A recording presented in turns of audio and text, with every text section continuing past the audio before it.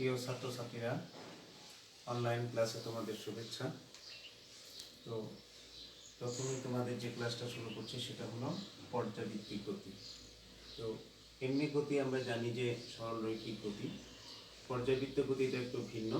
যেমন দেখো যে ঘড়ির কাঁটা একটা নির্দিষ্ট সময় পর পর 12টার কাঁটা, দেখো 12টার কাঁটা 12টা পাস করে এরকম। স্প্রিংকে টেনে ছেড়ে দিলে দেখো সেটা সাম্যাবস্থান থেকে একবার বাড়ে আরেকবার কি কমে, এরকম গতি।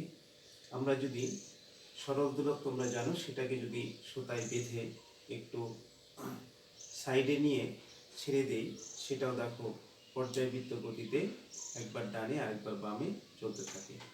এভাবে কয়েকটা জিনিস দেখো, যদি আমরা দেখাই, যেরকম কোনো একটা বস্তুকে যদি এরকম দেখো, এরকম এটাকে যদি আমরা x=0 অবস্থান, এটাই তার সাম্য অবস্থান। যদি আমরা এখানে এটা ডানে নিয়ে যাই, তাহলে দেখো এটা আবার বামে, তাহলে পর্যাবৃত্ত গতিতে হবে সাম্যবস্থান থেকে একবার ডানে আরেকবার বামে যদি একটা নির্দিষ্ট সময় পর পর দুলতে থাকে, এরকম কোণার গতিকে আমরা বলবো পর্যাবৃত্তিক গতি। এটা যে শুধু ডানে বামে হবে এরকমও না, দেখো এটা এরকম দিক থাকে যে এই তার মিডিল টার্ম এটা এটা এটা উপরেও যেতে পারে আবার নিচেও যেতে পারে। দেখো এরকম, আবার দেখো এরকম, এরকম যদি আন্দোলিত হয় ওয়াই অক্ষ বরাবর, সেটাকেও আমরা বলবো পর্যায়বৃত্ত গতি।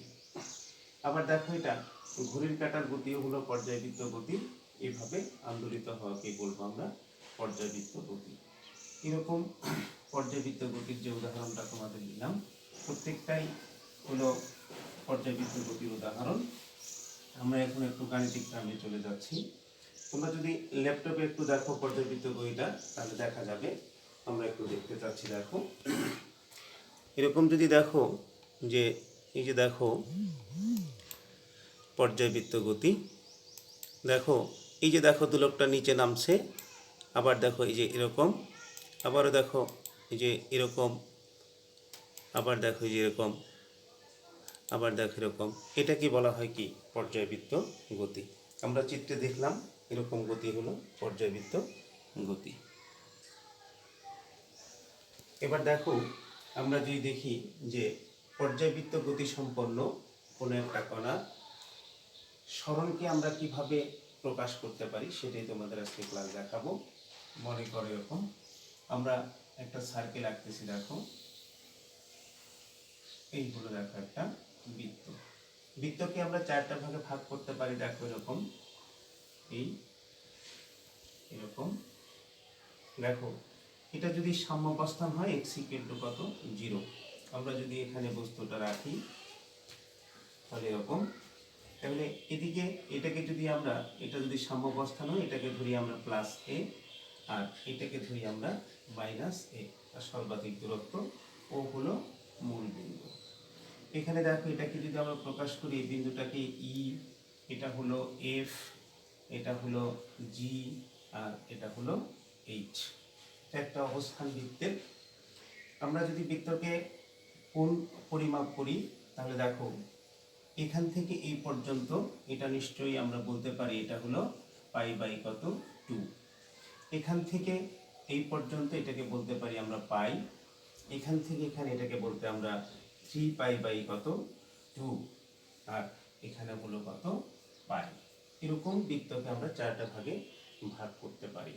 প্রথমে দেখো কণাটা যখন এখান থেকে ঠিক সাম্যাবস্থান থেকে ঠিক এই বিন্দুতে যায়, পি বিন্দুতে যদি যায়, তাহলে দেখো ঠিক এই বরাবর কত সময়ে, টি সময়ে আমরা ওপি যোগ করি। কেন্দ্রে যে কোণ উৎপন্ন করেছে তার নাম দেই কত থিটা। এদিকের অক্ষটা তোমরা জানো যে এক্স অক্ষ। তাহলে কণাটা সাম্যাবস্থান থেকে টি সময়ে কত দূরত্ব অতিক্রম করলো, সেটাকে যদি আমরা মেনশন করি, সেটাই হলো কত এক্স। এখন দেখো এই এক্সটা আমরা কিভাবে বের করব। কোণের বিপরীত বাহু হলো কি লম্ব, এটা হলো ভূমি, এটা হলো অতিভুজ। তো দেখো অতিভুজকে আমরা প্রকাশ করেছি এটা প্লাসে বা এটাও এ, সুতরাং আমরা লিখতে পারি এই x হলো, দেখো একটু x হলো আমরা লিখতে পারি a sin কত থিটা। এই দেখো, আবার দেখো আমরা এই সমীকরণটাকে এভাবে লিখতে পারি আবার দেখো লিখতে পারি যে তোমরা জানো যে টি সময়ে কেন্দ্রে যে কোণ উৎপন্ন করে তাকে বলা হয় কৌণিক বেগ। আমরা দেখো লিখতে পারি যে ওমেগা ইকুয়াল টু হলো থিটা বাই কত টি। আমরা দেখো থিটাকে লিখতে পারি ওমেগা টি। তাহলে সমীকরণটাকে আমরা লিখতে পারি দেখো যে এক্স ইকুয়াল টু হলো এ সাইন ওমেগা টি। এইটাকেও আমরা প্রকাশ করতে পারি। এই দুটো সমীকরণই হলো দেখো পর্যায়বৃত্ত গতিসম্পন্ন কোনো একটা কণার সরণের সমীকরণ। এই সমীকরণ দিয়ে বোঝা যায় কণাটা যখন এই বৃত্তাকার পথে আবর্তন করবে তখন তার বিভিন্ন পজিশনে কত হবে। আমরা এখন দেখো ধরে নিব যে এরকম কণাটা, এটি হলো আমাদের প্রাথমিকভাবে সরণের সমীকরণ। এখন চিত্রে চলে যাই। দেখো আমরা যদি বলি যে এর থেকে কণাটা যাত্রা শুরু করেছে, এবার এফ বিন্দুতে গিয়েছে, তাহলে এখানে যদি ধরে নিই আমরা দেখো এফ অবস্থানে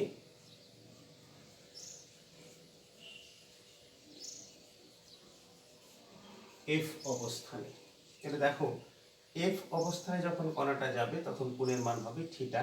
থিটা নিশ্চয়ই হবে কত পাই বাই টু। তাহলে আমরা লিখতে পারি দেখো থিটা ইকুয়াল টু হলো পাই বাই টু।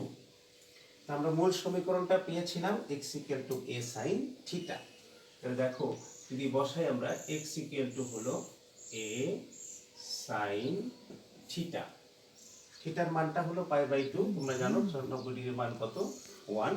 তাহলে এখান থেকে দেখো আমরা লিখতে পারি এটা হলো কত এ। তাহলে দেখো কণাটা সাম্যাবস্থান থেকে এই পথে এখানে গেলে সে সর্বাধিক দূরত্ব অতিক্রম করে কত এ। তাহলে দেখো কণাটা যখন এখান থেকে এখানে যায় বৃত্তাকার পথে তখন এ, আবার এখান থেকে যখন এখানে যায় তখনও দেখো এ। তাহলে দেখো কণাটা এখান থেকে এই পর্যন্ত গেলে কোণের মান হয় কত পাই বাই টু। যখন যাবে তখন সেটা হবে কত এ অবস্থানে যাবে। আবার দেখো কণাটা এখান থেকে এফ পজিশন থেকে আবার জিতে চলে গেল। তাহলে যদি জিতে চলে যায় দেখো আমরা বলতে পারি দেখো যে জি অবস্থানে,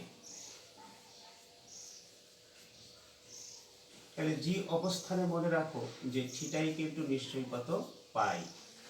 তাহলে আমরা যদি মূল সমীকরণে বসাই আবারও দেখো যে এক্স ইকুয়াল টু হলো এ সাইন কত পাই, তাহলে ইকুয়াল টু দেখো 0। তাহলে কণাটা দেখো এখান থেকে এখানে যাওয়ার যে কথা, কণাটা দেখো পুনরায় আবার এই জায়গায় চলে আসছে, তার মানে তখন তার কোনো সরণ নাই।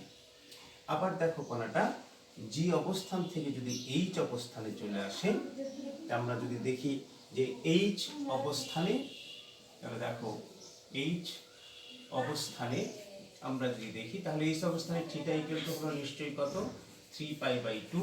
যদি তোমরা বসাও তাহলে দেখো আমরা যদি মূল সমীকরণে বসাই তাহলে দেখো x equal to a sine কত 3 পাই বাই কত 2, দেখো এটা হবে -1 আর সেটা হয়ে যাবে দেখো -a। তার মানে দেখো কণাটা এই সাম্যাবস্থান থেকে এই জায়গায় চলে আসছে, তার মানে সে বামে এই পর্যন্ত চলে আসছে, এই জন্য তার বামে হয়েছে কত -a। আবার দেখো কণাটা মুভ করেছে, আবার সেই ই অবস্থানে চলে আসছে। তাহলে আমরা যদি ই অবস্থানে দেখি তাহলে দেখো ই অবস্থানে, তাহলে ই অবস্থানে দেখো আবার আমরা পেলাম কত থিটা ইকুয়াল টু হলো কত পাই। এগুলো কত আমরা পেলাম কত টুয়াইস পাই।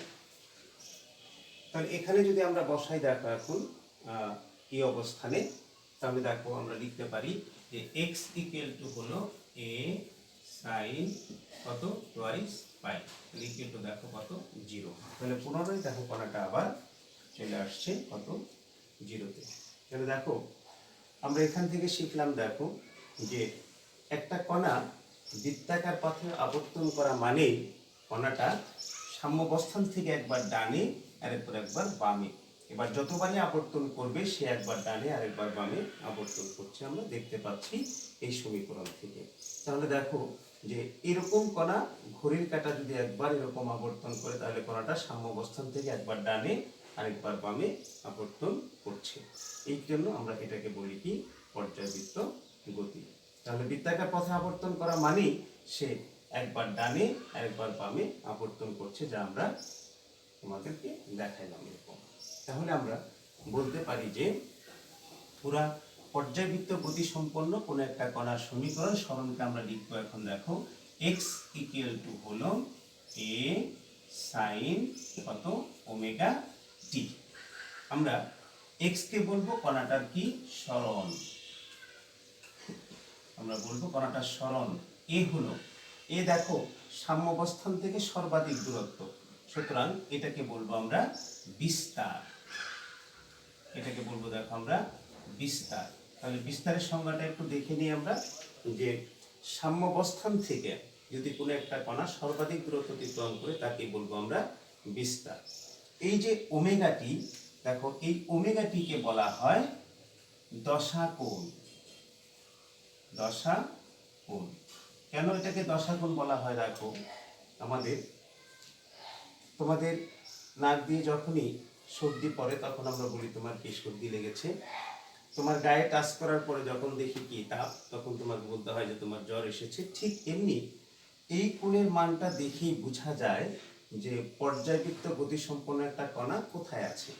দেখো তোমাকে বলি ওমেগাটি, আজকের যদি বলা হয় তোমার দশা ওমেগাটি হলো যে π/2, তাহলে ওমেগাটি যদি π/2 বসাও, তাহলে দেখো সাইন π/2 হলো কত 1, সুতরাং x ইকুয়াল টু a। তাহলে দেখো কণাটার সরণ এখান থেকে যাটা শুরু করে সে এই জায়গায় চলে আসছে। আমি যদি বলি যে আজকের দশা হলো পাই, তাহলে তুমি বলবা এই জায়গায়, তার মানে কণাটা এখানে, মানে কণাটা সাম্যাবস্থানে আছে, তার মানে কণাটা মুভ করে নাই, আগের জায়গাতেই চলে আসছে। তোমাকে যদি বলি যে আজকের দশা ওমেগাটি মানে 3π/2, তাহলে তোমাকে বলতে হবে কণাটা সাম্যাবস্থান থেকে কি বামে আছে।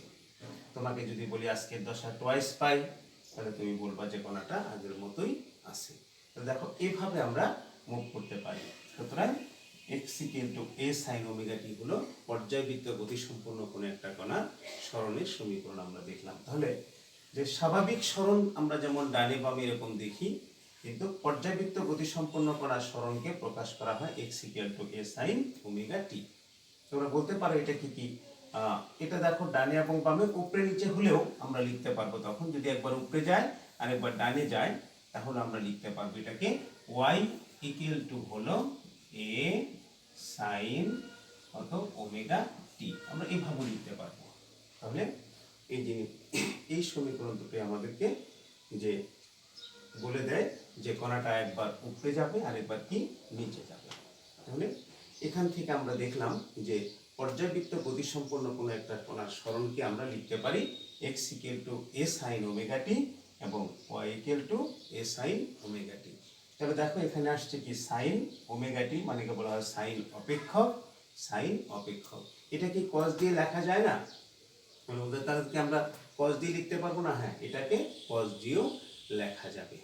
কিভাবে লেখা যাবে একটু দেখো, যে আমরা যদি এই সমীকরণটার কথা চিন্তা করি, যে বস্তুটা এখান থেকে, এই বস্তুটা এখান থেকে এখানে আগেই গিয়ে রয়ে গেছে, মানে এখানে বস্তুটা চলে গেছে আগেই, তার মানে এর সে আগেই কত কোণ গেছে π/2।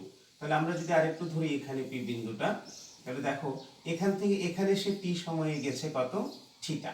তাহলে দেখো পুরো সমীকরণটাই আমরা লিখতে পারি এখন একটু দেখো এরকম ভাবে।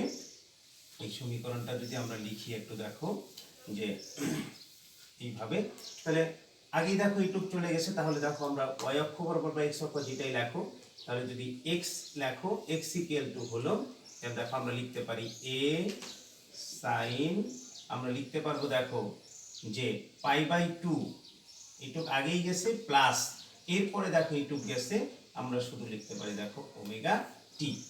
তাহলে দেখো লিখতে পারি x equal to a sin π/2 plus omega t. এই যে π/2 সে আগেই চলে গেছে, এই জন্য এটাকে বলা হয় আদি দশা। আদি দশা হলো কত π/2। তো তোমরা জানো যে sin 90 ডিগ্রি প্লাস থিটা সমান cos থিটা। তখন দেখো এই সমীকরণটাকে আমি লিখতে পারি y ইকুয়াল টু হলো a cos ওমেগা টি।